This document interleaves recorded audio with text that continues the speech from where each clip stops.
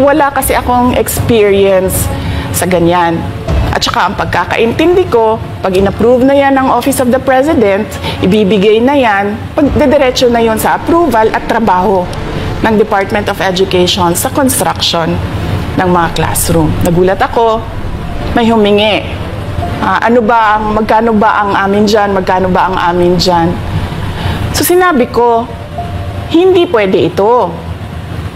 Kasi, ang mangyayari nito, hindi magagawa ng Department of Education ang trabaho namin na mag-construct ng classroom ayon sa classroom backlog at sa prioritization base sa backlog at sa classroom construction. So, sinabihan ko yung isang congressman, sabihan ninyo si Martin Romualdez na hindi pwede chap-chapin ang classroom construction na 5 billion. Kaya kung makikita ninyo sa budget proposal na approved ng Office of the President, 5 billion yon.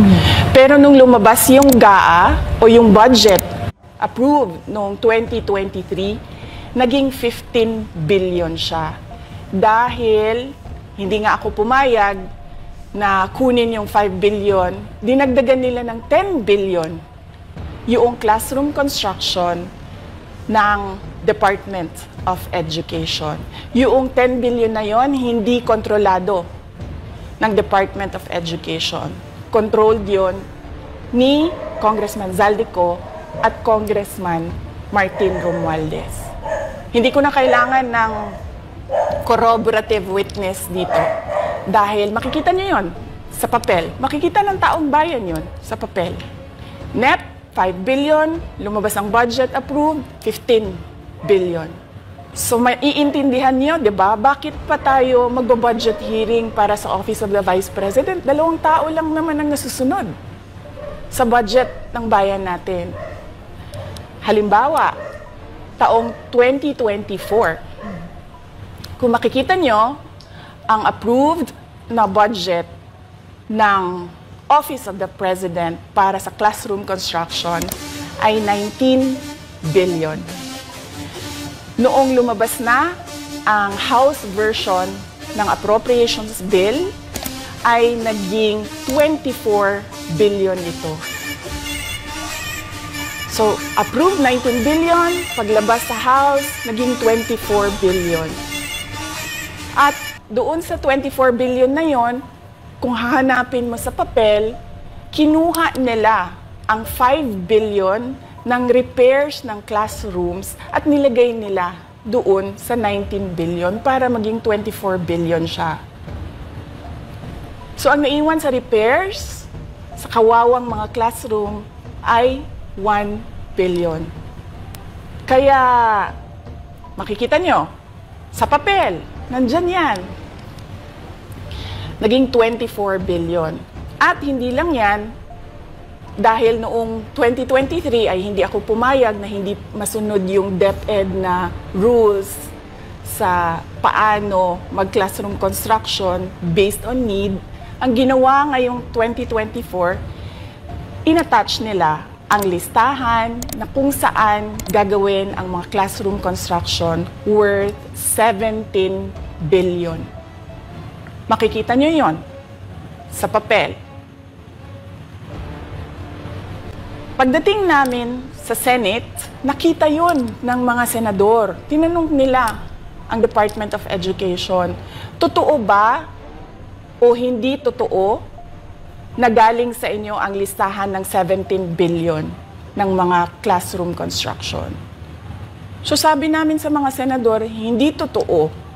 Hindi namin magagawa yung trabaho namin, hindi natin masasolve ang classroom backlog kung ganito ang nangyayari. Pwede ba ninyo kaming tulungan? Yung mga senador naman, very helpful sila. Oo, tulungan namin kayo.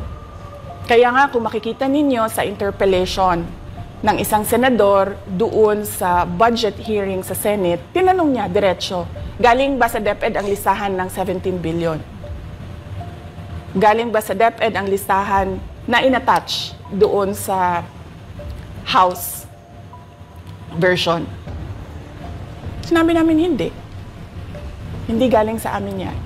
On record yon.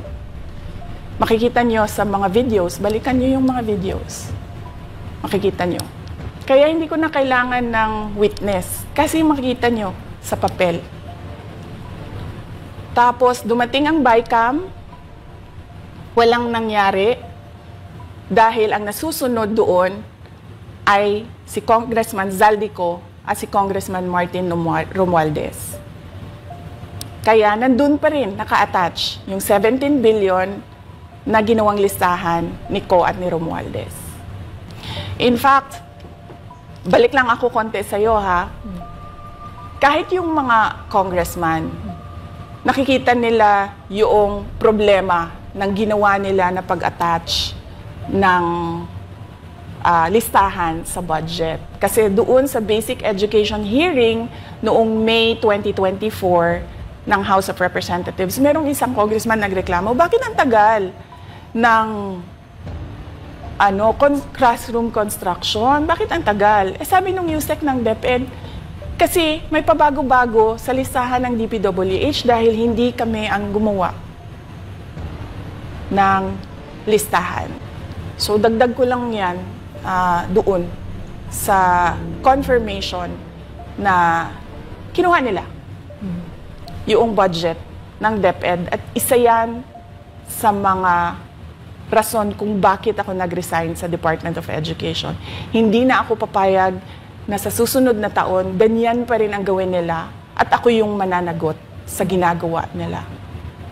Kaya yan yung sinasabi ko, bakit pa tayo mag-question and answer dito para atakihin nyo ako? Eh, ang masusunod lang naman sa budget, 2 tao lang. Ang budget ng Pilipinas ay hawak lang ng 2 tao. Hawak lang siya ni Congressman